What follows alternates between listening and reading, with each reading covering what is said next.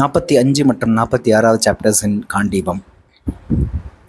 வெகு சில சாப்டர்ஸில் மட்டுமே நாம் அடிக்கோடிட்டு வைத்திருக்கின்ற வரிகள், நமக்கு ரொம்ப பிடித்த விஷயங்கள் அப்படின்னு நாம் நினச்சிட்ருக்கிற பல சென்டென்சஸ் ஆர் வார்த்தைகள் ஆர் கருத்துக்கள் R the opinion which is told in those chapters நம்மளை தொடர்ந்து சிந்திக்க வச்சுக்கிட்டே இருக்கும். இது ஒரு மிகப்பெரிய ஒரு கண்டறிதல், ஒரு மிகப்பெரிய கூஸ்பம் கொடுக்கக்கூடிய சில வரி, சில ஓமை இப்படியும் இருக்குது. இல்லை ஒரு சைக்கலாஜிக்கல் எக்ஸ்ப்ளோரேஷன், மனுஷனோட ஆழத்துக்குள்ளே கொண்டு போய் மனித மனத்துடைய ஆழத்தில் போய் சில விஷயங்களை மேலே கொண்டு வர்றது, இந்த மாதிரி தான் முக்கியமான இலக்கிய கூறுகளாக நான் பார்க்குறேன். அதையும் தாண்டி ஒரு தாட் ப்ராசஸ்க்குள்ளே நம்மளை நாமளே திரும்ப இது எப்படி அது எப்படின்னு ஒரு கொஷின் கேட்க வச்சுக்கிட்டே இருக்கக்கூடிய சாப்டர்ஸ் ரொம்ப கம்மி தான். வின்மோரஸ்லேயும் ரொம்ப கம்மி தான். இந்த 45லையும் சரி 46வது சாப்டர்லேயும் சரி ஒரு சில பேராகிராஃப்ஸ் பத்திகள் எனக்கு உண்மையிலே அடுத்தடுத்து வேறு யாரு கூட அதை கான்வர்ஸ் பண்ணி டிபேட் பண்ணி ஒரு கன்ஸ்ட்ரக்டிவ் ஆர்கியூமெண்ட் பண்ணி அதுக்கப்புறம் மேலும் தெளிவடையணும் அந்த தாட் ப்ராசஸில் அங்கே சொல்லப்பட்டிருக்க விஷயத்துக்கு இன்னும் கொஞ்சம் மேலும் ஒரு தெளிவு வரணும், அதுக்கான ஒரு constructive argument with another person நடந்தால் நல்லாயிருக்கும் நான் நினச்சிட்டு இருந்தேன். ஆக்சுவலாக unfortunately I don't have any literature friends or இலக்கிய நண்பர்கள். அதனால் அதுக்காக தான் இந்த வீடியோலாம் பண்ணிகிட்ருக்கோம். ஸோ எகெயின் இங்கேயும் அந்த கொஷின்ஸில் எனக்கு தோன்றின கேள்விகள் அது தொடர்பாக நான் குறித்து வைத்திருக்கின்ற சில விஷயங்கள் தொடர்பாக எனக்கு ஏற்பட்ட மேலதிக கேள்விகளை இங்கே வைக்கிறதோடு நிப்பாட்டிக்கலாம்னு நினைக்கிறேன். Further enquiry if it happens within me then that's great. But இன்னும் கொஞ்சம் தீவிரமாக எனக்கு இருக்கக்கூடிய சஞ்சலங்களை, சில சந்தேகங்களை தீர்த்துக்கிறதுக்கு, மேலும் தெளிவடைகிறதுக்கு வேறு ஏதோ ஒரு இரண்டாம் நபர் தேவைப்படுறாங்க. முக்கியமாக நான் வைக்க போகிற சில பல கேள்விகளுக்கு உண்மையிலே எனக்கு புரியலையா, சில விஷயங்கள் இன்னும் கொஞ்சம் ஆழமாக புரிஞ்சுருக்கணுமா, வேறு ஒரு பெர்ஸ்பெக்டிவ் இருக்கா அப்படின்னு தெரிஞ்சுக்கிறதுக்கு உண்மையிலே நான் தவிக்கிறேன். இந்த 45-46 சாப்டரில் வரக்கூடிய சில பத்திகளை படிச்சுட்டு, சில பேராகிராஃப்ஸை படிச்சுட்டு ரொம்ப ரேராக தான் நான் இந்த மாதிரி எக்ஸ்பீரியன்ஸ் பண்ணுவேன். ஏன்னா வெண்மோரஸில் முக்கால்வாசி நேரங்களில் as it goes to a different symbolic plane, மெட்டஃபாரிக்கலாக பயங்கரமாக நிறைய விஷயங்கள் இருக்கும். நம்மளுடைய தலைக்கு மேலே நம்ம அறிவை கடந்து எவ்வளோ விஷயங்கள் கொடுக்கப்பட்டு அதன் வழியாக சில கனெக்டிங் டாட்ஸ்லாம் கொடுக்கப்பட்டு ரொம்ப கலை அமைதி இருக்கக்கூடிய பகுதிகள் நிறைய இருக்குது. அதெல்லாம் எப்படியோ நம்மளால் ஒரு தனித்த ஒரு இலக்கிய வாசகனா அதெல்லாம் அடைஞ்சிட முடியும், எப்படியோ போய் பிடிச்சிட முடியும், எப்படியோ ஒரு எஃபர்ட்டை போட்டாவது. பட் சில கேள்விகள் தோன்றின உடனே உண்மையிலே மனசுக்குள்ளே இது இப்படி தானா, இது இப்படி இல்லையே, இது என்ன சொல்ல வராரு அப்படிங்கிற மாதிரியான ஒரு சின்ன ஒரு கண்டெம்ப்ளேட்டிவ் எக்ஸசைஸ்ன்னு சொல்லலாம். அதை ரொம்ப சிந்திக்கக்கூடிய, ரொம்ப எனக்குள்ளே தெளிவடைஞ்சிருக்காத சில விஷயங்களை வேறு யார் கூட டிஸ்கஸ் பண்ணால் தான் நல்லாயிருக்கும்னு எனக்கு தோணுது. So on that note I think I go into this. 45-46 Rishabar அப்படிங்கிற ஒரு மனுஷன் முதல் அருகராக மாறுறாரு. ரிஷபதேவர்லேருந்து ஆரம்பித்து ரைவதகர் அவருடைய கோயில், அப்புறம் அங்கே இருக்கக்கூடிய 5 அருகர்களின் கோயில் அந்த ஊரில் இருக்கிறது, கஜயந்தபுரிக்கு வர்றது, அப்புறம் கஜயந்தபுரியில் இருக்கக்கூடிய அந்த ஸ்ட்ரக்சரை சொல்கிறது, அங்கே இருக்கக்கூடிய அங்கே இருக்கக்கூடிய அத்தனை வீடுகள், உடைகள், பொருட்கள் எப்படி ஈச்சோவில் அங்கே ப்ரிடாமினண்ட்டாக இருக்குது, ஏன் அவங்க வெள்ளம் சமைக்கிறாங்க, அவங்களுடைய 5 பிரின்சிபிள்ஸ் இருக்கே, கொல்லாமை, பொய்யாமை இருக்குது, நோட் பண்ணி வச்சுருங்க. அதை நான் கரெக்டாக சொல்லணும், நானே மைண்ட்லேருந்து எடுத்து சொல்லக்கூடாது. ஸோ அந்த மாதிரி 5 பிரின்சிபிளில் எகெயின் அண்ட் அகெயின் இன்சிஸ்ட் பண்ணுற மாதிரியான சில விஷயங்கள் எகெயின் அகெயின் சொல்லப்படுது.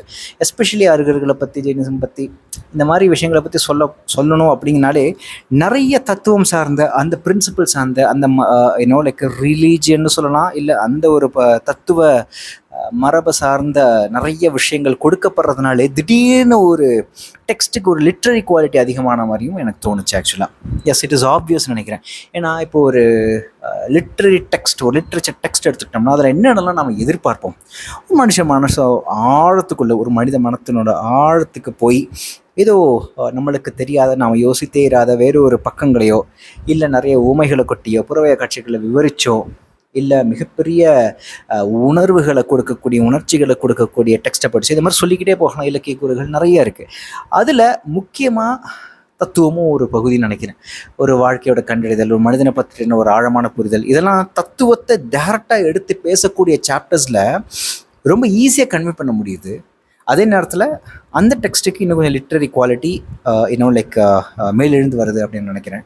முக்கியமாக 46ஆவது சாப்டரில் அதை நான் நோட் பண்ணி வச்சுருக்கேன். அந்த வரிகள் வரும்பொழுது நான் கண்டிப்பாக அதை பற்றி சொல்லுவேன். பட் இதை இப்பயே சொல்லிடலாம்னு நினைக்கிறேன். 46ஆவது சாப்டரில் அர்ஜுனனுக்கும் அந்த செயிண்ட்டுக்கும் நடக்கிற, அவங்க மலை ஏறி போகிறாங்களே ரைவத மலைக்கு, அங்கே ரைவத மலைக்கு ஏறி போகும்பொழுது அவங்களுக்குள்ளே நடக்கக்கூடிய அந்த கான்வர்சேஷன், அந்த 5 பிரின்சிபல்ஸை பற்றியும், அங்கே இருக்கக்கூடிய நிலத்தில் இருக்கக்கூடிய அந்த மக்களுடைய மன அமைப்பை பற்றியும், ஏன்னோ லைக் ஜெயினிசம் கொடுக்கக்கூடிய அந்த வாழ்வின் பற்றை பற்றியும், வாழ்வின் முழு ஐடியாலஜி பற்றியும் பேசுகிறது எனக்கு ஷிப் ஆஃப் தீசஸ் அப்படிங்கிற படம் ரொம்ப ரொம்ப ரொம்ப ரொம்ப பிடிச்ச படம். ஆனந்த் காந்தியோட படம்.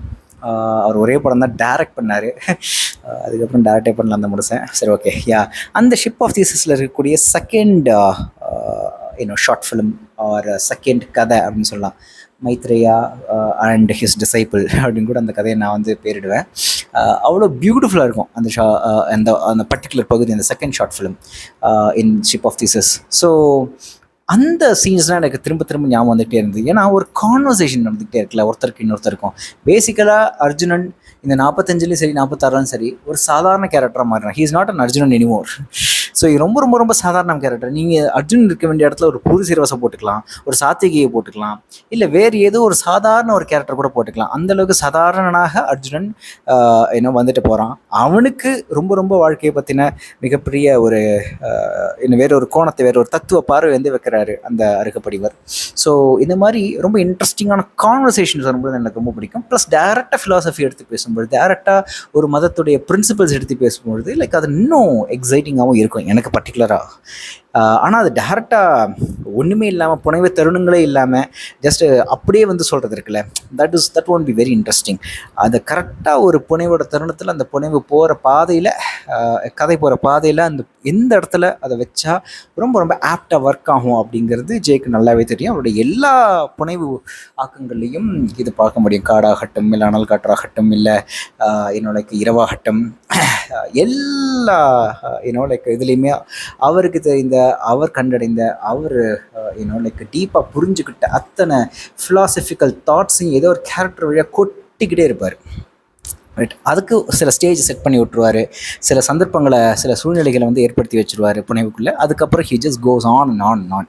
அந்த மாதிரியான ஒரு பர்டிகுலர் கூறு இப்போ இந்த 46ஆவது சாப்டரில் செகண்ட் ஹாஃபில் ஃபுல்லாக வந்திருக்கு. So I really like it actually. அதனால தான் நிறைய நோட் பண்ணி வச்சுருக்கேன். எகெயின் அண்ட் எகெயின் நான் சொல்கிறது சில சாப்டர்ஸில் மட்டுமே எனக்கு நோட் பண்ணி வச்ச நிறைய விஷயங்கள் மேலதிக கேள்விகளை தான் எனக்குள்ளே எழுப்புதே தவிர, ஒரு ரொம்ப ரசித்து படித்தேன் அப்படிங்கிறதையும் தாண்டி எனக்கு இன்னும் நிறைய சந்தேகங்கள் இருக்குது. இதை பற்றி இன்னும் நிறைய டிஸ்கஸ் பண்ணணுங்கிற ஒரு முடிவுக்கு தான் நான் வந்தேன். ஸோ அந்த நோட் ஆல்ரெடி 8 நிமிஷம் ஆயிடுச்சு. ரொம்ப முக போடுறேன்னு நினைக்கிறேன். ஸ்டார்டிங்கில் அதை குறைக்கணும்.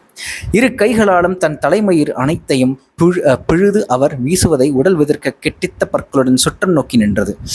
குருதி வழிய முண்டனமாகியது தலை. மீசையையும் தாடியையும் அவ்வண்ணமை பிடுங்கி வீசினார்.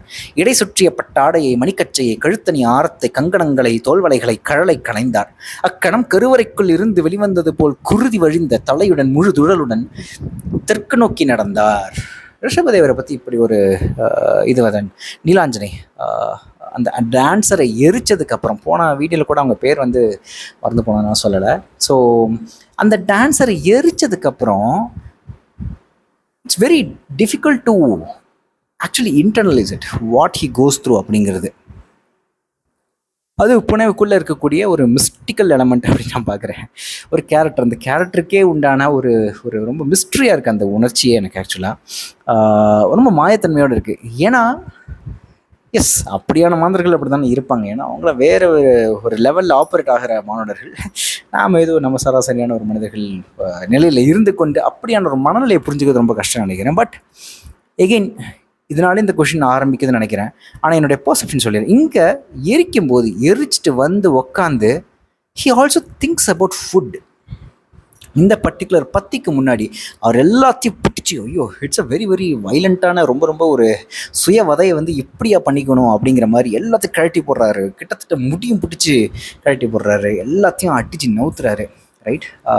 லைக் கையில் இருக்கிற முடி, தலையில் இருக்க முடி எல்லாத்தையும் அடித்து எறிகிறாரு, குருதி வழியுது.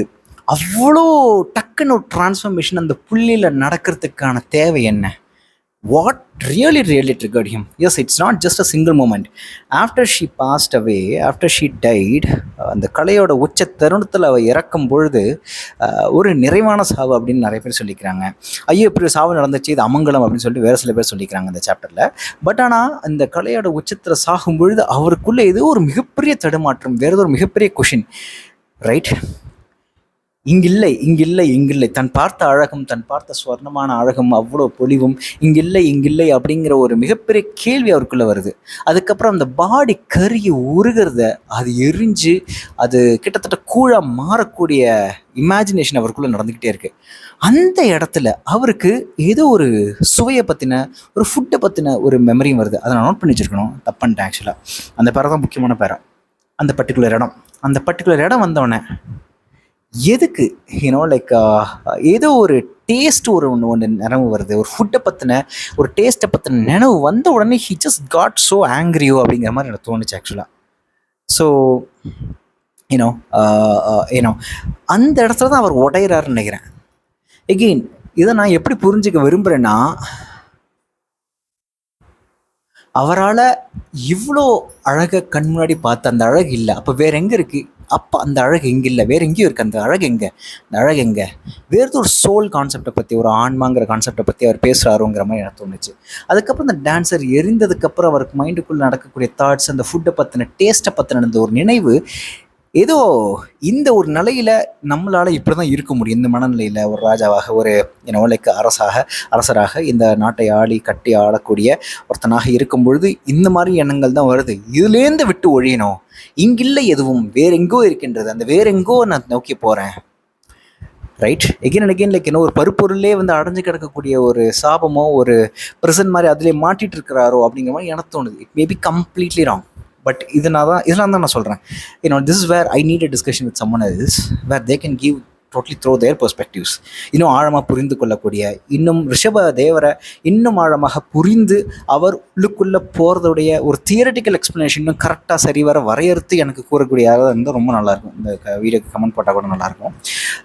But what I really felt is that, right, somehow அந்த ஒரு டேஸ்ட் பட் ஒரு ஃபுட்டை பற்றின நினைவு அவருக்குள்ளே ஏதோ ஒன்றத்தை ட்ரிகர் பண்ணி, இங்கே இருந்தால் என் கண்ணு முன்னாடி இருக்கிறத மட்டும்தான் நான் பார்ப்பேன், என் கண்ணு முன்னாடி இருக்கிற அழகை தான் பார்ப்பேன், என் கண்ணு முன்னாடி குதிச்சிட்டு இருக்கிற இந்த அழுகி போன உடம்பை தான் பார்ப்பேன், எல்லாமே என் கண்ணு முன்னாடி தெரியக்கூடிய ஐம்புலன்களுக்கு எட்டக்கூடிய, இதுதான் முக்கியம் நினைக்கிறேன். I think this is a very very important point. Because ஐம்புலன்களை அடக்குதலை பற்றி தான் அறிஞர்கள் நிறைய பேசியிருக்காங்க, இந்த சாப்டரில் நிறைய சொல்லப்பட்டிருக்கு. இந்த ஐம்புலன்களை அடக்க முடியாமல் அவர் இருக்காரோ அப்படிங்கிற மாதிரி எனக்கு ஒரு கேள்வி வந்தது, ரைட்? ஸோ அந்த ஐம்புலன்களை அடக்கிறது, இங்கில்லை வேற எங்கு, அந்த ஐம்புலன் அடக்கி லைக் அந்த அடக்கும் பொழுது வேற எங்கேயோ அவருக்கு ஒரு மிகப்பெரிய ஒரு ஞான விழி திறக்கும் அப்படிங்கிற மாதிரி எனக்கு தோணுது ஆக்சுவலாக. ஸோ அப்படி தான் நான் புரிஞ்சுக்கிறேன் ரிஷபதேவருடைய அந்த ஒரு பர்டிகுலர் மனநிலையை.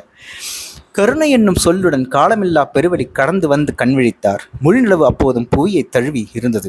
பெருங்குரணை கரும்பாறைகளில் வழிந்தது, இலைகளில் ஒளிந்து சுட்டியது. கருணையில் நெளிந்தன புழுக்கள், கருணை ஒளியை சிறகென சூடி பறந்தன பூச்சிகள், கருணையில் விழிக்கணிந்து நின்றன வான்கள், கருணையில் சிறகு துழாவி திளைத்தன பறவைகள், கருணையை கவ்வியபடி சுழன்றது வானத்தில் வெண்பருந்து, கருணையுடன் புழுவை கொத்தி உண்டது புறா, கருணையுடன் தவளையை விழுங்கியது பாம்பு, கருணையுடன் கிழித்த மானின் ஈரலை சுவைத்தது புலி, கருணையுடன் மாமலைகளை நிறுத்து கொண்டிருந்தது காலம்.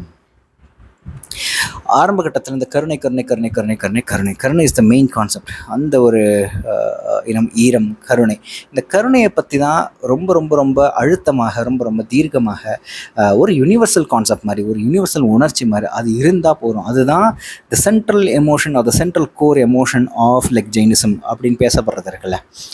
அப்போ இந்த கருணையை பற்றி சொல்லும் பொழுது எங்கு காணணும் கருணை அப்படிங்கிற மாதிரி தான் இருக்குது. ஆனால் அது உண்மையா அப்படின்னு எனக்கு இந்த லைனில் ஃபஸ்ட்டு சில லைன்ஸ் படித்தவொன்னு, கருணை என்னும் சொல்லுடன் காலமில்லா பெருவழி கடந்து வந்து கண்விழித்தா, கருணையில் நெளிந்தன புழுக்கள், கருணை ஒளியை சிறகென சூடி பறந்தன பூச்சிகள் அப்படின்னு எல்லாமே கருணை கருணை கருணைன்னு சொல்லும் பொழுது பின்னாடி எனக்கு அதை படிச்சுட்டு இருக்கும் பொழுதே ஒரு சின்ன ஒரு ரெசிஸ்டன்ஸ் உண்டாச்சு. ரெசிஸ்டன்ஸ்னால் அது எப்படி? அப்போ வேறு வயலன்ஸே நடக்கிறது இந்த உலகத்தில், இந்த உலகம் முழுக்க எப்படி கருணை இருக்க முடியும்? கருணை எப்படி இருக்கவே முடியாது, எல்லா இடத்துலையும் வயலன்ஸான ப்ரிவைல் ஆகிட்டு இருக்கு, என்னோட வயலன்ஸான நிறைஞ்சிருக்கு அப்படிங்கிற மாதிரியான ஒரு அப்போசிங் தாட் வந்துகிட்டே இருந்தது இந்த ஃபஸ்ட்டு ஃபீலியன்ஸ் படிக்கிறப்ப. அதுக்கப்புறம் திடீர்னு கருணையை கவ்வியபடி சுழன்றது வானத்தின் வெண்பருந்து, கருணையுடன் புழுவை கொத்தி உண்டது புறா, கருணையுடன் தவளையை விழுங்கியது பாம்பு, கருணையுடன் கிழித்த மானின் ஈரலை சுவைத்தது புலி. இந்த சத்தியம் எனக்கு புரியல. லைக் இதுக்கு தான் ஒரு மேலதிக ஒரு டிஸ்கஷன் தேவைப்படுதுன்னு நினைக்கிறேன். இதை டிஸ்கஷன் மூலமாகவே புரிந்து கொள்ள முடியாத வேறு ஏதோ ஒரு ஒரு ஒரு இன்டர்னலைசேஷன் நடக்கணுமோ, நாம் அந்த தளத்துக்கு செல்லணுமோ, இதை புரிந்து கொள்வதற்கான ஒரு டீப் ஜேர்னி தேவைப்படுதோ அப்படிங்கிற மாதிரி எனக்கு தோணுச்சு. ஆக்சுவலாக இதை கருணைங்கிறாரு, பின்னாடி இதை விட இன்னும் சூப்பரான ஒரு விஷயம்லாம் இருக்குது. பட் ஆனால் அப்போ எது கருணை? இதுவும் கருணை.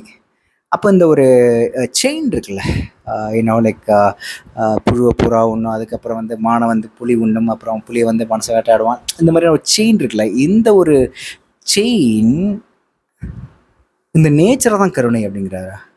Anything which is natural, anything which is very very இயல்பான விஷயம், தட் இஸ் கருணை. பாம்பு தவளையை விழுங்குறதாகட்டும், இல்லை சாரி லைக் எது எதை விழுங்கும், தவளையை விழுங்கியது பாம்பு. யா ஸோ இந்த தவளையை விழுங்குற பாம்பு இல்லை கருணையுடன் கிழித்த மானின் ஈரலை சுவைத்தது புலி. இது இன்னும் கொடூரம், ரைட்? கிழித்த மானின் ஈரலை சுவைத்தது புலி, இது எப்படி கருணை? நான் கருணை அப்படிங்கிற ஒரு வேர்டை ரொம்ப ரொம்ப லிட்ரலாக இப்போ யூஸ் பண்ணக்கூடிய ஒரு அர்த்தத்தை நான் புரிஞ்சுக்கிறேன்னு நினைக்கிறேன். இது இன்னும் வேற ஒரு ஆன்மீக பறவையில் அதை பார்க்கணுமோன்னு தோணுது. அப்போ தான் இதுக்கான ஒரு ஜஸ்டிஃபிகேஷன் கிடைக்கிறதுக்கான ஒரு விளக்கம் கிடைக்கும்னு நினைக்கிறேன். இது இன்னும் ஒரு மேலதிக விளக்கம் கொடுத்துருக்கலாமான்னு கூட எனக்கு தோணுது டெக்ஸ்ட்லேயே. But unfortunately it was not given. So yes, இந்த கிழித்த மானின் ஈரலை சுவைத்தது புலி. புலி மானுக்கு ஒரு கருணை காட்டுது, இல்லை மான் புலிக்கு ஒரு கருணை காட்டுது, என்ன சாப்பிட்டுக்கோ அப்படின்னு சொல்லி. I don't know. அப்போ கருணைங்கிறது எப்படி ஆக்ட் ஆகுது? கருணையுடன் கிழித்த மானின் ஈரலை சுவைத்தது புலி அப்படிங்கிற அந்த ஒரு சென்டென்ஸ் நான் திரும்ப திரும்ப யோசிச்சு பார்த்துக்கிட்டே இருக்கேன். லைக் வாட் இஸ் கருணை தென் அப்படிங்கிற மாதிரி ஒன்று கேள்வி, ஒரு ரொம்ப ரொம்ப அடிப்படையான கேள்வி எனக்கு வருது. எகெயின் கருணை அப்படிங்கிற ஒரு டெஃபினிஷனை இங்கே நான் ரொம்ப ரொம்ப சராசரி தன்மையோடு புரிஞ்சுட்டு இருக்கேன்னு நினைக்கிறேன். மேபி ஜெயினிசம்குள்ளே இந்த கருணைங்கிற ஒரு கான்செப்ட், இந்த ஐடியா, இந்த வேர்டுக்கு பின்னாடி இருக்கக்கூடிய ஒரு ஆழமான பொருள் அப்படிங்கிறது இன்னும் டீப் ரிசர்ச் பண்ணி தான் கண்டுபிடிக்கணும்னு நினைக்கிறேன். அப்போ அதுக்கான ஒரு பெரிய ஃபிலாசபி உட்காரும்னு நினைக்கிறேன். அப்போ இதெல்லாம் ஜஸ்டிஃபை ஆகும். அந்த தாட் ப்ராசஸ் முழுக்க தெரிஞ்சால் மட்டும்தான் இதெல்லாம் எனக்குள்ள ஒரு லைக் மூடி போட்டு மூடின மாதிரி ஒரு லாஜிக்கல் சாட்டிஸ்ஃபேக்ஷன் கிடைக்கும்னு நினைக்கிறேன். முதியவள் அளித்த வெள்ளத்தை அர்ஜுன் கைகளில் வைத்து உடைத்து வாயிலிட்டான், சௌராஷ்டிரத்தின் இனிமை என்றான் சப்தமர். 6 சுவைகளும் மண்ணுக்குரியவை, மண்ணிலிருந்து இவ்வினிமையை மட்டும் வேர்களால் அள்ளி திரட்டி நமக்கு அளிக்கும் காஜூர் மரங்கள் அன்னையருக்கு நிகரானவை என்கிறார்கள் இவர்கள்.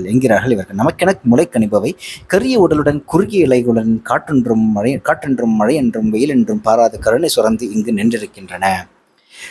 இந்த ஒரு மிகப்பெரிய பேரா வெள்ளம் சமைக்கிறாங்க. இந்த காஜூர் மரங்களை பற்றி, காஜூர் மரங்களை கிட்டத்தட்ட அன்னையர்கள், லைக் முளை கணிந்த அன்னையர்கள் அப்படிங்கிற ஒரு உருவகம் கொடுக்கப்படுது. ஆனால் இந்த இடத்துல நான் சொன்ன ரொம்ப கிரிஞ்சாக தான் இருக்கும். But every thing is cringe, what to to, ரொம்ப உணர்ச்சி வசப்பட்டு சொன்னான். இந்த வெயில் காலம்லாம் வரும்பொழுது, இப்போ மே மாதம், கரெக்டாக May 1 அன்னைக்கு, இந்த வெயில் காலம்லாம் வரும்பொழுது உண்மையிலே இந்த இளநீரோ இல்லை தர்பூசணியோ இல்லை இல்லை வெள்ளரிக்காயோ இல்லை நுங்கோ இல்லை அதில் இருக்க அந்த பதநீரோ இல்லை கூழோ இதெல்லாம் குடிக்கும் பொழுது இருக்கக்கூடிய ஒரு ஆனந்தம், இந்த பேரானந்தம் இருக்கே, அதான் உண்மையிலே இந்த இயற்கை கொடுக்கலன்னா வேறு என்ன தான் பண்ணியிருப்போம் மனசை இதெல்லாம் கொடுக்காம. It's so good. It feels so good to have like இளநீர் ஆகட்டும், தர்பூசணி ஆகட்டும், எந்த வித உடல் கேடும் வராமல் இயற்கை இவ்வளோ நம்மளுக்கு கொடுக்குதில்ல. ஒரு நிமிஷம் அதை பற்றி நினைக்கும் பொழுது இந்த அளவுக்கு உணர்ச்சி வசப்பட்டு தான் இந்த இயற்கை மீது ஒரு கிராட்டிடியூடாக நம்ம நடந்துக்கணும் அப்படிங்கிற மாதிரியான தோணும். ஆக்சுவலாக எஸ்பெஷலி சம்மர் சீசன் வந்துச்சுன்னா இந்த உணவுப் பொருட்கள் சார்ந்து எனக்கு அப்படிலாம் தோணும். ஸோ வின்டர் சீசனில் கூட ஐ டோன்ட் நோ, லைக் நம்ம காஃபி குடிப்போம், பஜ்ஜி சாப்பிடணும், எல்லாமே ஒரு மேன்மேட் ரொம்ப ரொம்ப லைக் ஆரோக்கியமற்ற உணவாக தான் எனப்படுது. ஆனால் இந்த சம்மர் சீசனில் மட்டும் இயற்கை கொடுக்கக்கூடிய அத்தனை கனிகளும் அத்தனை விஷயங்கள் நம்ம எடுத்துக்கணும், வாரி எடுத்துக்கணும் அப்படிங்கிற மாதிரி எனக்கு தோணும். அதனால் இந்த லைன் எனக்கு ரொம்ப கண்டாச்சு. மத்தகம் தாழ்த்தும் மதகரிகள் வணங்கும் மொழி அது. அம்மொழியால் ஒவ்வொரு கணமும் முடிச்சிடப்பட்டு கட்டி எழுப்பப்படுகிறது பாரத வருஷம் எனும் பெருங்கம்பளம் என்றார் சப்தமர். வாள்கள் பொருளிழந்து போகும் ஒரு காலம் வரும், குருதி என்பது வியர்வை என்றும் கருணையின் விழிநீர் என்றும் மட்டுமே வெளிப்படும் ஒரு காலம். அருகரின் சொற்கள் 100 மேனி விளையும் விதைகள். அவை சென்று தொட்ட மண்ணில் எல்லாம் அருகர்களும் பணிவர்களும் முளைத்தெழுந்து கொண்டிருக்கிறார்கள். அப்படின்னு இங்கே ஒரு மிகப்பெரிய ஸ்டேட்மெண்ட்டாக கொடுக்கப்படுது. ஒரு மிகப்பெரிய ஒரு அறைகோல்னு நினைக்கலாம். இந்த ஜெயினிசமோட ஒத்துமொத்த ஜெயினிசம் ஃபிலாசபி அந்த அருகப்படிவர் சொல்லக்கூடியது என்னென்னா, வாள்கள் பொருளிழந்து போகும் ஒரு காலம் வரும். குருதி என்பது வேர்வை என்றும் கருணையின் விழிநீர் என்றும் மட்டுமே வெளிப்படும் ஒரு காலம். அருகரின் சொற்கள் 100 மேனி விதையும் விளையும் விதைகள். இது அந்த மதத்துடைய சேர்ந்தவர்கள், அந்த பர்டிகுலர் ஐடியாலஜி, அந்த ஃபிலாசபி, அந்த தாட் ப்ராசஸை சேர்ந்தவங்க, அந்த ஃபிலாசபிக்கல் ஸ்கூல் ஆஃப் தாட்டை சேர்ந்தவங்களுக்கு எல்லாருக்குமே ஒரு கனவு இருக்குன்னு நினைக்கிறேன். கிட்டத்தட்ட அடிக்கடி சொல்கிற மாதிரி ஜேவே அடிக்கடி சொல்லுவார், மார்க்சிஸ்ட் எல்லாருக்குமே இருக்கக்கூடிய ஒரு மிகப்பெரிய கனவு, ஒரு புரட்சி வந்துடும், நம்ம கையில் ஆட்சி வந்துடும், நாம் அப்படி எல்லாத்தையும் திருப்பி போட்டுருவோம். ஏன்னா ஈவன் சூறாவை வச்சு கூட அவர் நிறைய விஷயங்கள் சொல்லுவார். அவருடைய இளமை காலத்தில் அவர் கம்யூனிசத்தில் இயங்கும் பொழுது, கம்யூனிஸ்ட் கட்சிகளுடன் இயங்கும் பொழுது அவருக்கு இருக்கக்கூடிய ஒரு லைக் ஒரு பெருங்கனவை, ஒரு முதிரா கனவை, ஒரு முதிர்ச்சியற்ற கனவை இன்னும் எல்லாரும் கொண்டிருப்பார்கள் அப்படிங்கிறது சூறாக்கே அது இருக்குது அப்படிங்கிற மாதிரி நிறைய விஷயங்கள் நிறைய இடங்களில் சொல்லியிருக்காரு. அந்த மாதிரி எனக்கு இங்கே இவர் பேசுகிறதே ரொம்ப ரொம்ப இந்த அருகப்படிவர் பேசுகிறதே ஒரு மிகப்பெரிய ஒரு ஆசை விளைவு மட்டும்தான். அது என்றைக்குமே சாத்தியமாக போகிறது இல்லையோ அப்படிங்கிற மாதிரி எனக்கு தோணுச்சு ஆக்சுவலாக. So somehow I just thought that இன்றைக்கி வரைக்குமே மேபி அந்த அருககளோட சொற்கள் 100 மேனி என்ன லைக் எல்லா இடங்கள்லையும் போய் சேர்ந்துருந்தால் இத்தனையான இந்த வகையான ஸ்டேட்மெண்ட்ஸ்லாம் உறுதியாக இருக்கும், இல்லை நிலை பெற்று இருக்கும்னு நினைக்கிறேன். ஆனால் இந்த மாதிரியான எந்த விஷயமும் நடக்கலை. உலகம் இன்னும் ரத்தத்தையும் குருத்தியையும் வாரையும் போரையும் தான் சந்திச்சுட்டு இருக்கு இல்லையா. ஸோ அதனால் எனக்கு அது ஒத்து வரக்கூடிய ஒரு விஷயமா இல்லை. மேலும் இன்னும் யாராவது ஆர்கியூ பண்ண நினச்சாங்கன்னா இதை ஒட்டி ஆர்கியூ பண்ணலாம்னு நினைக்கிறேன். பூனை எலியை கால் உடைத்து தன் முன் போட்டுக்கொண்டு நகைக்கும் விழிகளுடன் அமர்ந்து நோக்கி கொண்டிருக்கிறது. ஓடு என்கிறது. இழுத்து இழுத்து எல்லை கடைக்கையில் மெல்ல தட்டி உள்ளே வீழ்த்துகிறது. அதன் நாக்கில் சுவை நீர் ஊறுகிறது. உண்பதற்கு முந்தைய ஆடலில் அது அச்சுவையை கொண்டாடுகிறது. மூச்சு சீர நா பறக்க இறையை தழுவி அணைக்கிறது மலைப்பாம்பு. அதற்கிணையான பெருங்காதல் பெரிதில்லை. இப்படி ஒரு லைன்ஸ் எகெயின் சொல்லப்படுது. லைக் எகெயின் இதனால் புரிஞ்சுக்க முடியல எகெயின். ஸோ எங்கேயுமே எனக்கு வரக்கூடிய கான்ஃப்ளிக்ட், நான் பொதுவாக ஒரு விஷயத்தில் வயலன்ஸுன்னு நான் சொல்கிற ஒரு விஷயமாகட்டும், இல்லை வன்மத்தோட, இல்லை எந்த ஒரு சாதாரண உடற்பசி தேவைக்காக கூட இரையாகப்பட்டு கொல்லப்பட்டு சாப்பிடப்படுற அந்த ஒரு இன்சிடெண்ட் இருக்குல்ல, அந்த ஒட்டுமொத்த செயின் இருக்குல்ல, அந்த செயினை என்னால் ஒரு நேச்சுரல் திங்காக பார்க்க முடிஞ்சாலும் அதை ரொம்ப ஓவர் ரொமான்டிசைஸ் பண்ணி அதில் இருக்கக்கூடிய பெருங்காதல் பெரிதில்லை, அதற்கிணையான பெருங்காதல் இல்லை அப்படின்னு சொல்கிறது எனக்கு ரொம்ப ரொம்ப டூ மச்சாக பட்டது ஆக்சுவலாக. மூச்சு சீர நா பறக்க இறையை தழுவி அணைக்கிறது மலைப்பாம்பு, அதற்கிணையான பெருங்காதல் பெரிதில்லை அப்படிங்குது. பூனை எலியை கால் உடைத்து தன் முன் போட்டுக்கொண்டு நகைக்கும் விழிகளுடன் அமர்ந்து நோக்கி கொண்டிருக்கிறது. ஓடு என்கிறது. இழுத்து இழுத்து எல்லை கடக்கையில் மெல்ல தட்டி உள்ளே வீழ்த்துகிறது. இந்த ஒட்டுமொத்த பேராவையுமே அதற்கிணையான பெருங்காதல் அப்படிங்கிற மாதிரி தான் நான் புரிஞ்சுக்கிறேன். Maybe my understanding is wrong. எதுவாக இருந்தாலும் தன்னுடைய இரவை தழுவி அணைக்கிறது மலைப்பாம்பு. சாப்பிட்றதுக்கு தான், வேற எதுக்கு? அது எப்படி ஒரு இந்த பெருங்காதல்ங்கிற உணர்வு எப்படி எனக்கு வேற மாதிரி கூட நான் புரிஞ்சுக்கிட்டேன். பெரும் பற்றுன்னு கூட புரிஞ்சுக்கிட்டேன். இந்த ப்ரே மேலே ஒரு நாம் சாப்பிடக்கூடிய வேற வழியே இல்லை. லைக் ஒரு புலி ஒரு மானை சாப்பிட்டு தான் ஆகணும், ஒரு பூனை ஒரு எலியை சாப்பிட்டு தான் ஆகணும். அதற்கான தேவை, அதற்கான தர்மம், எது தேவையோ அது தர்மம் அப்படிங்கிற மாதிரி ஆரஞ்ச காண்டம் ஃபிலாசபிக்குள்ள நான் போவேன்னா. ஸோ லைக் அதே ஒரு அடாப்டட் ஃபிலாசபி தான் அந்த படத்துக்காக. But what I'm saying is, எது தேவையோ அது தர்மம் அப்படிங்கிற ஒரு விஷயத்தை பற்றி பேசுதோ, அதை பேசும்பொழுது ஒரு பெரும் பற்று இருக்க தானே செய்யும். நம்மளுக்கு சாதத்து மேலே ஒரு பற்று இருக்கும் பொழுது, நமக்கு சிக்கன் மேலே ஒரு பற்று இருக்கும் பொழுது, அது மேலே ஒரு பற்று இருத்தலை தான் இங்கே அவர் பெருங்காதல்ங்கிற வார்த்தையை போட்டு யூஸ் பண்ணுறாரோ அப்படிங்கிற மாதிரி எனக்கு தோணுச்சு ஆக்சுவலாக. அப்படி தானே இருக்க முடியும் ஆக்சுவலாக, ரைட்? அந்த பெருங்காதல், அந்த பெரும் பற்று, but it's from one point of view. நமக்கு நம்ம கண்ணு முன்னாடி இருக்கக்கூடிய சிக்கன் ஆகட்டும், இல்லை லைக் மட்டன் ஆகட்டும், இல்லை ஒரு பன்றி ஆகட்டும், இல்லை ஒரு ரேபிட் எடுத்து சாப்பிட்ற காடை கௌதாரி எதை எடுத்து சாப்பிட்டோம், நம்மளோட பாயிண்ட் ஆஃப் வியூ நமக்கு இருக்கக்கூடிய அந்த பற்று, அந்த ஃபுட்டு மேலே இருக்கக்கூடிய பற்று, அந்த விஷயத்து மேலே இருக்கக்கூடிய பற்று, நாம் அதை சாப்பிட போகிறோம், உட்கொள்ள போகிறோம் அப்படிங்கிறதுனால இருக்கக்கூடிய நமக்கு இருக்க காதல் கூட அப்படிங்கிறத நம்ம புரிஞ்சுக்கலாம் நினைக்கிறேன். Chicken, I love like mutton அப்படின்னு சொல்லக்கூடிய மக்களுக்கு லைக் இது புரியும்னு நினைக்கிறேன். ஆனால் எனக்கு அது பெருங்காதலாக படவில்லை ஆக்சுவலாக. பெருங்காதல் அப்படிங்கிறத நான் வேறு விதமாக தான் நான் பார்க்குறேன். ஸோ இது எப்படி பெருங்காதல், பெரும் பற்று, இல்லை ஒரு பெரும் மோகம், அப்படி வேணால் வச்சுக்கலாம்னு நினைக்கிறேன். ஒரு மிகப்பெரிய ஒரு இணைந்த தொடர்பு, ஒரு இணங்கிய தொடர்பு இருக்குது அப்படின்னு வேணால் வச்சுக்கலாம்னு நினைக்கிறேன். அது பெருங்காதல்னு சொல்கிறதுக்கு வந்து ரொம்ப ஒரு ஓவர்மன்டிசைஸ்டு வேர்டாக தான் எனக்கு பட்டுச்சு ஆக்சுவலாக. புலரி எழுவதற்கு முன்னரே அங்காடியின் கூடாரங்களிலிருந்து எழுந்து அருகே இருந்த சுனைக்கு காலைக்கடன் கழிக்கச் சென்ற மக்கள் பேசியபடி வந்து குழும மொழி அவனை வந்து சூழ்ந்து நிறைத்தது. இது ரொம்ப ஆக்சிடென்டலாக இப்போ நான் ஒரு வாரம் லீவில் வேறு இருக்கேன். ஸோ ஏதாவது ஒன்று பண்ணியாகணும், ஏதாவது புதுசாக சில விஷயங்கள் ஆரம்பிக்கணும், இல்லை இன்னும் ரொம்ப நாளாக தயங்கி நின்ன விஷயங்களை வந்து சில நேரங்களில் ஆரம்பிக்கணும் அப்படிங்கிற மாதிரியான சில உணர்ச்சிகள்லாம் எனக்குள்ளே வருது. இந்த ஒரு லீவ் எடுத்த பீரியடில் காகித மலர்கள் ஆரம்பித்தேன். எனக்கு ரொம்ப பிடித்த எழுத்தாளர் ராதவன்.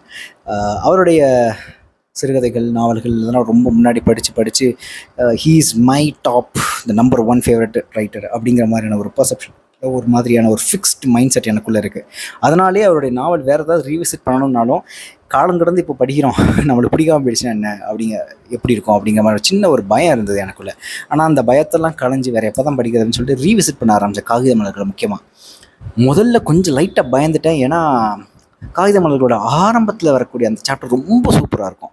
அதுக்கப்புறம் லைட்டாக ஒரு சுஜாதாத்தனமான ஒரு ரைட்டிங் தான் இருக்கும், ரொம்ப ஆவரேஜ் ரைட்டிங் தான் இருக்கும்னு நினைக்கும் பொழுதே again he went so deep, அந்த so deep into human mind. அந்த அத்தனை ஆத்திரங்களையும், அத்தனை எரிச்சல்களையும், அத்தனை லைக் மானுட கீழ்மையான எண்ணங்களையும் அப்படியே பிரதிபலித்து, என்னடா மனுஷன் இப்படி எழுதியிருக்கான் அப்படிங்கிற மாதிரி திரும்ப அந்த வியப்பு வந்து எனக்கு வருது. என்னதான் அந்த ரைட்டிங் நடையில் அவ்வளோ பெரிய ஒரு ஈர்ப்பு இல்லை இப்போது அப்படின்னாலும், அவர் சொல்லக்கூடிய இந்த கண்டென்ட்டில், அவர் யோசிக்கக்கூடிய இந்த பார்வையில், அவர் போகக்கூடிய இந்த ஆழங்கள், அந்த ப்ரொஃபவுண்ட் ரைட்டிங்கில் எனக்கு இன்னும் அவ்வளோ பெரிய வியப்பு இருக்குது. ஸோ மேட்ருக்கு வரேன்.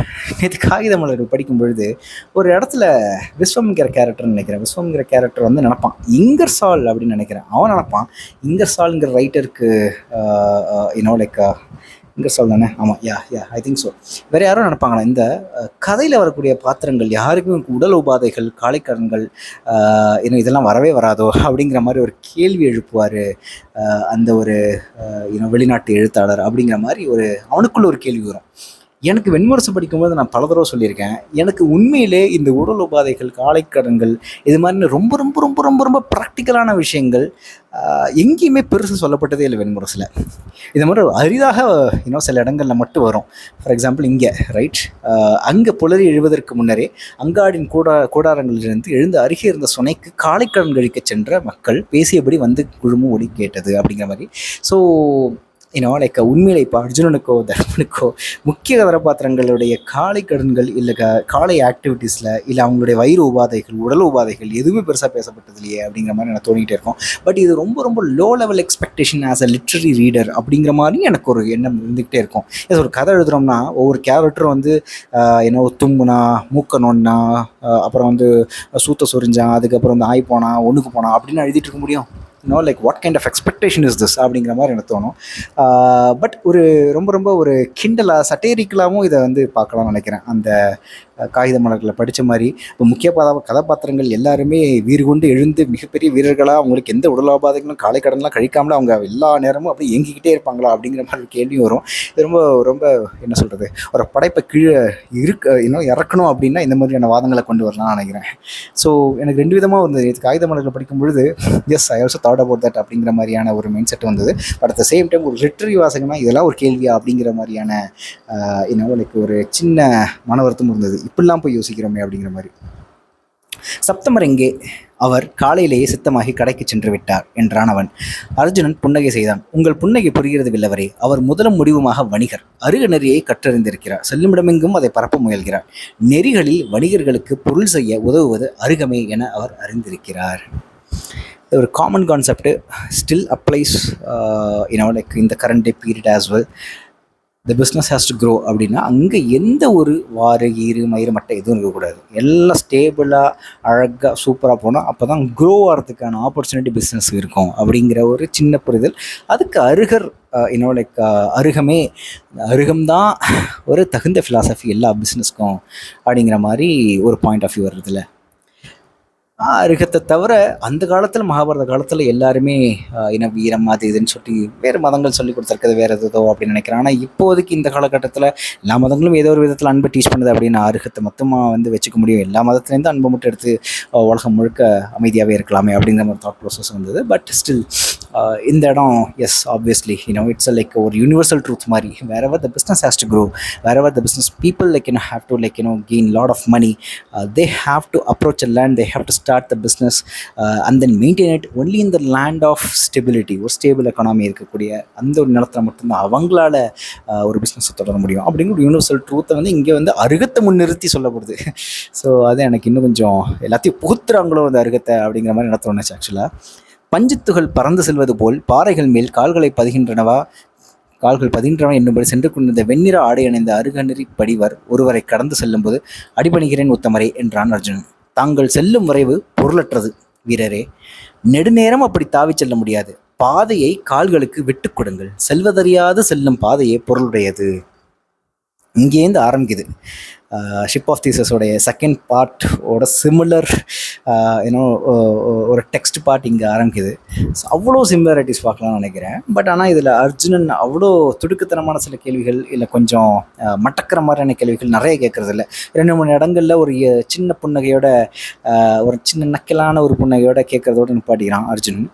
ஆனால் அங்கே அருகப்படிவர் சொல்லக்கூடிய அத்தனையுமே ஒரு டீப் மீனிங்கும் அருகத்தை முன்வைத்த ஒரு ஃபர்ஸ்ட் பிரின்சிபல் திங்கிங்கும் இருக்குது. ஆக்சுவலாக அந்த அருகம் சொல்லி கொடுத்த ஃபர்ஸ்ட் பிரின்சிபல் திங்கிங் இருக்குது. ஸோ அங்கே தான் இதான் நான் சொன்ன மாதிரி ஒரு ஃபிலாசபி டேரக்டாக எடுத்து பேசும்போது அந்த ஹோல் டெக்ஸ்ட்டுக்கே ஒரு ரிச்னஸ் கூடுது அப்படின்னு நினைக்கிறேன். அந்த லிட்ரரி ரிச்னஸ் கூடுதுன்னு நினைக்கிறேன். பட் அகெயின் அதை அப்படியே சொல்லாமல் ஒரு புனைவு தருணத்தை ஃபார்ம் பண்ணி அதை கரெக்டாக அந்த இடத்துல போய் செருகிறது தான் முக்கியம்னு நினைக்கிறேன். மற்றபடி எல்லாமே கொட்டுறது தான்.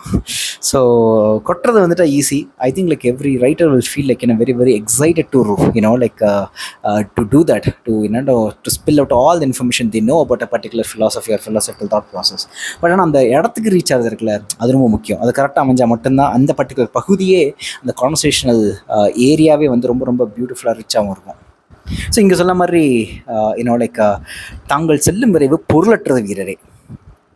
நெடுநேரம் அப்படி தாவி செல்ல முடியாது. பாதையை கால்களுக்கு விட்டு கொடுங்கள். செல்வதையாது செல்லும் பாதையை பொருளுடையது. இது ஒரு ஐடியா ஆஃப் ரேண்டம்னஸ் நான் பார்க்குறேன். ஆக்சுவலாக இது ரொம்ப கவித்துவமாக இந்த இடத்துல சொல்லப்பட்டிருக்கு. பாதையை கால்களுக்கு விட்டு கொடுங்கள். அது இன்னும் ஒரு பொயட்டிக் லைன் மாதிரி தான் எனக்கு தோணுது. ஆக்சுவலாக நெடுநேரம் அப்படி தாவி செல்ல முடியாது, அது ஒரு மெட்டஃபரிக்கல் மீனிங்கை கொடுக்குது. தாங்கள் செல்லும் விரைவு பொருளற்றது. அந்த விரைவு பொருளற்றது. நெடுநேரம் இப்படி செல்ல முடியாது, பாதையை கால்களுக்கு விட்டு கொடுங்கள் அப்படி இருக்குல்ல. இது ஒட்டுமொத்தமாகவே ஒரு கவிதையோட வரிகள் மாதிரி தான் எனக்கு தோணுது. அப்போ உச்சபட்ச தத்துவத்தில் ஒரு கவித்துவம் இருக்குன்னு நான் நம்புகிறேன். ஆக்சுவலாக நிறைய இடங்கள் அப்படி தான் இருக்குது, ரைட்? அதை கரெக்டான வார்த்தை குறைகளை கோட்டு போட்டோம்னா ஒரு மெட்டஃபரிக்கலாகவோ இன்னும் பொயட்டிக்கான லைன்ஸோட சேர்த்து போடும்பொழுது இன்னும் தத்துவம் இன்னும் எளிதாக அழகாக கன்சியூம் பண்ணுறவனுக்கு போய் சேரும்னு நான் நம்புகிறேன். ஆக்சுவலாக and also interesting to C someone is advising Arjun. நான் சொன்ன மாதிரி அர்ஜுன் ரொம்ப ஒரு நார்மல் கேரக்டராக மாறிட்டு வரான் 45வது சாப்டர்லேருந்து. இன்னும் அடப்பூரில் கம்மிங் அண்ட் அட்வைசிங் அந்த கிவிங் ஹிம் வாழ்க்கை போதனைகள் அண்ட் வாழ்க்கை கண்டறிதல்கள் and also giving him lot of philosophical thought process. செல்வதறியாது செல்லும் பாதையே பொருளுடையது அப்படிங்கிறது அந்த ஐடியா ஆஃப் ரேண்டம்னஸை நான் பார்க்குறேன். எஸ், அப்படி இருக்க ஆசை தான். ஆனால் அந்த ஐடியா ஆஃப் ரேண்டம்னஸ் எல்லா இடத்துலையும் ஒத்து வருமா அப்படிங்கிற மாதிரி எனக்குள்ள ஒரு சிந்தனை ஓடிக்கிட்டே இருக்குது. ஆக்சுவலாக செல்வதறியாது செல்லும் பாதையே பொருளுடையது. கரெக்ட். ஒரு கோல் டார்கெட் எதுவுமே இல்லாமல் அப்படி ஆனால் தொடர்ந்து முன்னேறிக்கிட்டே இருக்கணும். அங்கே தான் முக்கியம் நினைக்கிறேன். ஐ திங்க் எவ்வளோ தூரம் முன்னேற முடியும். எகெயின் கோயிங் பேக் டு ஆதவன் காகித மலர்கள் இதே மாதிரி ஒரு கான்செப்டோட ரொம்ப ரொம்ப விரித்து சொல்லப்பட்டிருக்கு. அந்த செல்வதறியாது செல்லும் பாதையை பொருளுடையது. அப்படி ஒரு பாதையை விழைந்து தன்னுடைய வில்னால எடுக்கக்கூடிய ஒரு கேரக்டரு அச்சப்படுற முதல் விஷயமே எவ்வளோ தூரம் சுயநம்பிக்கையோட இந்த பாதையில் செல்ல முடியும் எந்த ஒரு இலக்கும் இல்லாமல் அப்படிங்கிற மாதிரியான ஒரு கான்செப்ட் அதில் இருக்குது காகித மலர்களில். Still it's a very very intellectual novel அப்படின்னு நான் ஃபீல் பண்ணுறேன். காகித மலர்களை ரொம்ப பயந்துக்கிட்டே தான் நான் தொடங்கினேன். ஐயோ if it doesn't inspire me Aadhavan அப்படிங்கிற நம்மளுடைய ஃபேவரட் எழுத்தாளர் ஒரு படி கீழே இறங்கிடுவார் நம்ம மனசில். அந்த பிம்பம் ஒரு இடத்துல கீழே இறங்கிடுமே நான் ரொம்ப வருத்தப்பட்டேன். பட் அந்த பிம்பம் அங்கேயே தான் இருக்குது. ஸோ எகைன் காகித மலருக்குள்ளே போயிட்டுருக்கேன். அது வேண்டாம் இப்போதைக்கு. ஸோ எனக்கு ரொம்ப இன்னும் கொஞ்சம் ஃபர்தராக திங்க் பண்ணக்கூடிய, இன்னும் கொஞ்சம் ஃபர்தராக டிஸ்கஸ் பண்ணக்கூடிய ஒரு கான்வர்சேஷனல் எலமெண்ட்டாக தான் அது பட்டுது. மேலே செல்ல குதிரைப்பாதை ஏதுமில்லை என்றான் அர்ஜுனன். இல்லை, ரைவதமலை மேல் விலங்குகளின் மீது பொதியேற்றி செல்ல தடை உள்ளது. ஊனுணவும் உயிர்களை வதைப்பதும் இங்கு பாவ என கொள்ளப்படுகிறது. அர்ஜுனன் புன்னகைத்து, இம்மானுடர் பொதி சுமந்து ஏகலாமோ என்றான். ஆம், ஏனெனில் பொதி சுமக்க முடியாது என்னும் முடிவெடுக்கும் அறிவும் உரிமையும் அம்மானுடருக்கு உள்ளதல்லவா. இங்கேருந்து ஆரம்பிக்குது ஒரு சின்ன வாதம்னு சொல்ல முடியாது, எஸ், ஒரு ஒரு இன்னும் மடக்கிற மாதிரி சில கேள்விகள், இல்லை உண்மையிலே புரிந்து கொள்வதற்காக கேட்கப்படும் கேள்விகள் அப்படிங்கிற மாதிரி கூட வச்சுக்கலாம். இயல்பாக ஃபர்ஸ்ட் பிரின்சிபல் திங்கிங்கில் வரக்கூடிய ஒரு விஷயம். இங்கே அனிமல்ஸை, இந்த அனிமல் குரூவல்ட்டி எதுக்குறாங்க. இன்ஃபேக்ட் ஷிப் ஆஃப் தீசஸ்லையோ அந்த செகண்டு ஷார்ட் ஃபிலிமில் வரக்கூடிய ஒரு முக்கியமான விஷயம், ஒரு கெமிஸ்ட் லேபில் அனிமல்ஸை வச்சு டெஸ்ட் பண்ணுறது, அதுக்கு கொடுக்கக்கூடிய ஒரு பயங்கரமான கன்ஜஸ்டட் என்விரான்மெண்ட், அது சாவர வரைக்குமாவது அதுக்கான ஒரு நல்ல ஸ்பேஸ் அட்மாஸ்ஃபியர் க்ரியேட் பண்ணுங்களேன் அப்படின்னு சொல்லிட்டு அந்த ஜெயின் செயின்ட் வந்து he goes to the court and then like finally he fails இந்த கேஸ்ன்னு நினைக்கிறேன். பட் ஆனால் அதுதான் கான்செப்ட். ஸோ இங்கே விலங்குகளை எப்படி நடத்தணும், விலங்குகளுக்கு சுமை கொடுக்கக்கூடாது அப்படின்னு சொல்லக்கூடிய அந்த ஒரு பர்டிகுலர் ஃபிலாசபி, அங்கே தான் கருணை வருது. அந்த கருணை வந்து அங்கே போய் வருது பார்த்தீங்களா, அதுதான் கரெக்டு. பட் ஆனால் உடனே அர்ஜுன் வந்து உடனே ஒரு துடுக்குத்தனமாக ஒரு கேள்வி, அப்போ மாணவர் மட்டும் சுமக்கலாமா, மாணவர்கள் சுமந்து போகிறாங்களே புதிய அப்படிங்கும் பொழுது அவனுக்கு முடிவெடுக்கும் திறன் உள்ளது. அந்த இடத்துல ஒரு மிகப்பெரிய ஒரு ஓப்பனிங் கிடைக்குதுல்ல, ஒரு சிம்பிள் ஆன்சர். இந்த சிம்பிள் ஆன்சர் மூலமாக அந்த ஒட்டுமொத்த ஃபிலாசபியோடைய ஒரு புரிதல் கிடைக்குதுன்னு நினைக்கிறேன். So we should not force anything on anyone அப்படிங்கிறது தான் முக்கியம். அப்படி ஃபோர்ஸ் பண்ணி இது பண்ணாலும் நம்ம ஃபோர்ஸ் பண்ணுற ஆளுக்கு ஒரு ஒரு எதிர்த்து பேசக்கூடிய ஒரு ரைட்ஸ் இருக்கா, எதிர்த்து பேசக்கூடிய, இல்லை மறுதளிக்கக்கூடிய, அதை நிராகரிக்கக்கூடிய, நம்ம போடுற ஆர்டரை நிராகரிக்கக்கூடிய ஒரு வில் பவர் இருக்கா, அந்த மாதிரியான ஸ்டேட்டஸ் நம்ம இருக்கானா அப்படிங்கிறதும் பார்க்கணும்னு நினைக்கிறேன் இந்த கரண்ட் சிச்சுவேஷனில். இதை நான் எப்படி புரிஞ்சுக்கிறேன்னா, இப்போ நான் போயிட்டு என்ன சொல்கிறது, இப்போ எனக்கு ஒரு குழந்தை பிறக்குது, அந்த குழந்தைகிட்ட நான் போயிட்டு லைக் இன்னும் பயங்கரமாக ஏதாவது ஆர்டர் போடுறேன் அப்படின்னா, அது என்னை நிராகரிக்கக்கூடிய ஒரு இடத்துல நான் வச்சுருக்கணும். அது ஹைரார்கிக்கலாக இவன் அப்பன், இவன் சொல்கிறதான் கேட்டவனை, இவன் தான் பணம் கொடுக்குறான் அப்படிங்கிற ஒரு மனநிலைக்குள்ளே போய் அது தான் நிராகரிக்க லைக் நமக்கு நிராகரிக்கிறதுக்கான தவிர்க்கிறதுக்கான வாய்ப்புகளே இல்லைன்னு உணரும் பொழுது அந்த இடத்துல அது பாவமாக மாறுது, இல்லை அந்த இடத்துல அது வந்து கொடூரமாக மாறுது, அந்த இடத்துல கருணை அப்படிங்கிற விஷயமே மாறுது. ஆனால் நாம் ஆர்டர் போடுறத போடலாம், but if I know that you have the right to like reject my order, that's when I think I can like give you the order அப்படிங்கிற மாதிரியான ஒரு கான்செப்ட் எனக்குள்ளே உருவாகுது. ஆக்சுவலாக இங்குள்ள விலங்குகள் ஊன் உண்பதில்லையா என்றான் அர்ஜுனன். அவன் முகத்தில் இள நகையை கண்டும் படிவர் விழிகள் மாறுதல் கொள்ளவில்லை. ஆம், அவை ஊன் உண்கின்றன. ஏனெனில் ஊன் உண்ண வேண்டியதில்லை என்று முடிவெடுக்கும் அறிவு அவற்றுக்கில்லை, முடிவெடுத்த பின் வாழும் முறைமையும் அவற்றுக்கில்லை என்றார். அஹிம்சை என்பது உடலை பழக்குவதில் உள்ளத்தை அமைப்பதுதான். இது ஒரு சூத்திரம் மாதிரி, லைக் ஒரு டேப்லெட் மாதிரி எடுத்து இதுதான் விஷயம் அப்படின்னு சொல்லி கொடுக்குற மாதிரி இருக்கு. அஹிம்சை என்பது உடலை பழக்குவதல்ல, உள்ளத்தை அமைப்பது தான். இப்போ விலங்குகளுக்கு இருக்கக்கூடிய அந்த மனம், அதுக்கு ஊன் சாப்பிட்டா, இல்லை மாமிசம்லாம் சாப்பிட்டா என்ன விளைவுகள், என்ன கான்சிக்வன்ஸ், சாப்பிடக்கூடாதுங்கிற முடிவெடுக்கக்கூடிய திராணி இல்லை. உண்ண வேண்டியதில்லை என்று முடிவெடுக்கும் அறிவு அவற்றுக்கில்லை. அந்த அறிவு கூட உண்ண வேண்டியதில்லை, அப்படி வாழ்க்கை முறையை பின்பற்றணுங்கிற அறிவு கூட இல்லை. அதனால it can eat, all animals can eat அப்படிங்கிற மாதிரியான ஒரு புரிதலுக்கு வர. ஸோ எல்லாத்துக்கும் ஒரு கவுண்டர் ஆர்குமெண்ட் இருக்குது. அந்த கவுண்டர் ஆர்குமெண்ட் ரொம்ப ஸ்ட்ராங்கான ஆர்குமெண்ட். ஸோ இந்த ஆர்குமெண்ட்டில் ஒரு டென்னிஸ் பால் மேட்ச் மாதிரி தான், டக்குன்னு மாறி அடிச்சுக்கிட்டே இருப்பாங்கல்ல. ஸோ இந்த கொஷின்ஸும் ரொம்ப ஸ்ட்ராங்காக இருக்கும், ரொம்ப பேசிக்கான அடிப்படையான கொஷின்ஸாகவும் இருக்கும். அதே நேரத்தில் கொடுக்கக்கூடிய ஆர்குமெண்ட்ஸ் ரொம்ப கவுண்டர் ஆர்குமெண்ட் வந்து ரொம்ப பேஸ்ட் ஆன் வெரி ஸ்ட்ராங் ஒரு தரோ தாட் த்ரூ ப்ராசஸ்னாலையும் அந்த ஃபிலாசபி கொடுக்கக்கூடிய ஒரு மிகப்பெரிய ஐடியானாலையும் வந்துச்சு அப்படின்னா it will be very interesting conversation to C. I think இப்போ தற்காலத்தில் வீகனை பற்றின ஒரு பெரிய டிபேட் நடந்துட்டு இருக்குல்ல, vegan versus like non veg people அப்படிங்கிற மாதிரி ஒரு டிபேட் இருக்குல்ல. அந்த டிபேட்டை ஒத்து கவனிச்சா கூட நாளைக்கு இந்த மாதிரி நிறையான ஸ்ட்ராங்கான கொஷின்ஸஸ், அதுக்கு இணையான ஸ்ட்ராங்கான கவுண்டர் ஆர்குமெண்ட்ஸும் வர்றதை வந்து ரொம்ப ரசித்து பார்க்கலாம் நினைக்கிறேன். அந்த மாதிரி ஒரு question versus argument, question versus counter like answer அப்படிங்கிற மாதிரி தான் இந்த ஃபுல் 46ஆம் சாப்டரோட பிற்பகுதியை படிக்க முடியுது. கொல்லாமை, பொய்யாமை, களவாமை, புலனடக்கம், உடைமை, கொல்லாமை, இது வந்து 5 பிரின்சிபல்ஸ் ஆஃப் ஜெர்னலிசம். சும்மா நோட் பண்ணி வச்சுருக்கேன். இன்னும் 2 இருக்குது, எனக்கு இன்னும் 6 நிமிஷம் இருக்குது. அதற்கு முன் தங்கள் தோளே என்றாகியுள்ள அவ்வில்லையும் அம்பரா துணியும் துறக்க வேண்டும். அர்ஜுனன், நான் துறந்துவிட்டே மலையேறினேன் என்றான். உடல் துறந்தால் ஆயிற்றா, நினைவு துறக்க வேண்டும், அத்தோள்களின் தசைகள் மறக்க வேண்டும் என்றார் படிவர். ஒவ்வொன்றையும் அக்கடமே துறந்து செல்கிறீர்கள் என எண்ணிக்கொண்டிருக்கிறீர்கள். துறந்தீர், ஆனால் ஒவ்வொன்றாலும் நீர் உருமாறி விடுகிறீர். அவ்வுருமாற்றத்தையும் துறந்தால் அல்லவா கடந்து செல்வதாக பொருள். ஓ மை காட், இது ஒரு டீப்பான இது நான் படிக்கிறப்போ உடனே எனக்கு என்னுடைய லைஃப் தான் எனக்கு ஞாபகத்துக்கு வந்தது. ஐ மீன் லைக் ஒரு அல்டிமேட் ஃபிலாசபி எல்லாருக்கும் அவங்களுடைய லைஃபுக்கூட ஈஸியாக கனெக்ட் ஆகிடும். இதை நான் ஃபோர்ஸ் அசோசியேஷன்லாம் சொல்ல மாட்டேன் கண்டிப்பாக. எப்படி நான் போன வாரம் ஒரு நண்பன்கிட்ட பேசிகிட்டு இருக்கும்பொழுது, நான் இதை மாதிரி வேலையை விட்டு லைட்டாக ஒரு 4-5 மாதம் பிரேக் எடுக்கலாம்னு சொல்லும்பொழுது, கரெக்ட் ஜி, நல்லது ஜி, பண்ணுங்க ஜி அப்படின்னு நான் சொல்லிட்டு அவனை சொன்னான், இந்த ஒட்டுமொத்த கார்பரேட் லைஃபே நம்மளுடைய கேரக்டரே மாற்றுது அப்படின்னா. எதை இருந்தாலும் முண்டி அடிச்சுட்டு போ, தனக்குன்னே எல்லாத்தையும் நினச்சிக்கோ, like set yourself for success and only for you. எந்த ஒரு ஆப்பர்ச்சுனிட்டி வந்தால் ஃபஸ்ட்டு போய் கிராப் பண்ணிக்கோ, அதுக்கப்புறம் லைக் மற்றவனை போட்டு கொடு. நீ எப்படி உயர்றது, உன்னுடைய டீம் எப்படி இதாகுது, அதன் மூலமாக உனக்கு எப்படி விசிபிலிட்டி கிடைக்கும், பிறருடைய உழைப்பை எப்படி சுரண்டி மேலே போகலாம், இந்த மாதிரியான திங்கிங்கை தான் நம்மளுக்குள்ளே கொண்டு வருது. ஒரு குணாம்சத்தையே மாற்றுது, நம்மளுடைய கேரக்டரிஸ்டிக்கே மாற்றுது, நம்மளோட ட்ரெய்ட்ஸை மாற்றுது அப்படின்னு அவன் சொன்னான். இது ரொம்ப பெரிய விஷயம்லாம் கிடையாது. கார்பரேட்டில் இருக்கக்கூடிய அத்தனை பேரும் ஏதோ ஒரு கட்டத்தில் இந்த ஒரு புரிதலையும் இந்த கண்டடைதலையும் ஓரளவுக்கு தன்னை பற்றி இன்ட்ரோஸ்பெக்ட் பண்ணி யோசிக்கிறவங்களுக்கு எல்லாருக்குமே வரக்கூடிய ஒரு சாதாரண ஒரு கண்டடைதல் தான். அந்த கண்டல் அவன் கரெக்டாக எனக்கு சொல்கிறப்போ அதை என்னுடைய பிரேக் எடுக்கக்கூடிய டெசிஷனை வந்து இன்னும் கொஞ்சம் ஸ்ட்ரென்தன் பண்ணிச்சுன்னு சொல்லுவேன். அந்த மாதிரி இவர் சொல்கிறார்ல, நீ உன்னுடைய அம்மரா துணி ஃபிசிக்கலாக கழட்டி வச்சிட்ட, எஸ், பட் உன்னுடைய உள்ளத்தில் கூட நீ கழட்டி வைக்கலாம்னு நினைக்கிறேன். ஆனால் அது அது அது அது கொடுத்த ஒரு உருமாற்றம் இருக்குது. அந்த உருமாற்றத்தை எப்படி கழட்டுவேன்? அதுக்கு நீ பல தூரம் கடந்து செல்லணும்ல. இதே கான்செப்டில் பல தூரம் கடந்து செல்லணும். மனம் சென்ற காத தூரத்தை நீ திரும்ப லைக் மீட்டு கொண்டு வரணுமே அப்படிங்கிற மாதிரியான ஒரு விஷயம் சில சாப்டர்ஸ்க்கு முன்னாடி நான் படித்தேன். எஸ்பெஷலி ஒரு சின்ன தவறாக இருந்தாலும் அந்த சின்ன தவறை செய்யறதுக்கு உன் மனசில் ஒரு பல ட்ராவல் பண்ணியிருப்ப. அவுட் சைடில் அப்ஜெக்டிவாக சின்ன தவறாக இருக்கலாம், ஆனால் உன் மனசுக்குள்ளே ஒரு மிகப்பெரிய ட்ராவல் நடந்திருக்கும். அதுக்காகவே நீ போயிட்டு இந்த மலைக்கு போகணும் அப்படின்னு சொல்லுவாங்க. உன்னுடைய பாவத்தெல்லாம் கழிக்கிறதுக்கு அந்த அப்படியே அனலாக வீசுமே. எனக்கு பேர் மறந்து போச்சு, சை கருமம், பிரபாச தீர்த்தமா, அதான். அந்த இடத்துக்கு போகிறதுக்கான காரணங்கள் சின்ன தவறாக இருந்தாலும் சரி, பெரிய தவறாக இருந்தாலும், சின்ன தவறாக இருந்தாலும் உன் மனசுக்குள்ளே நீ அடைஞ்ச ட்ராவல் நீ திரும்ப வரணுமே. இதே மாதிரி கான்செப்டை கிட்டத்தட்ட.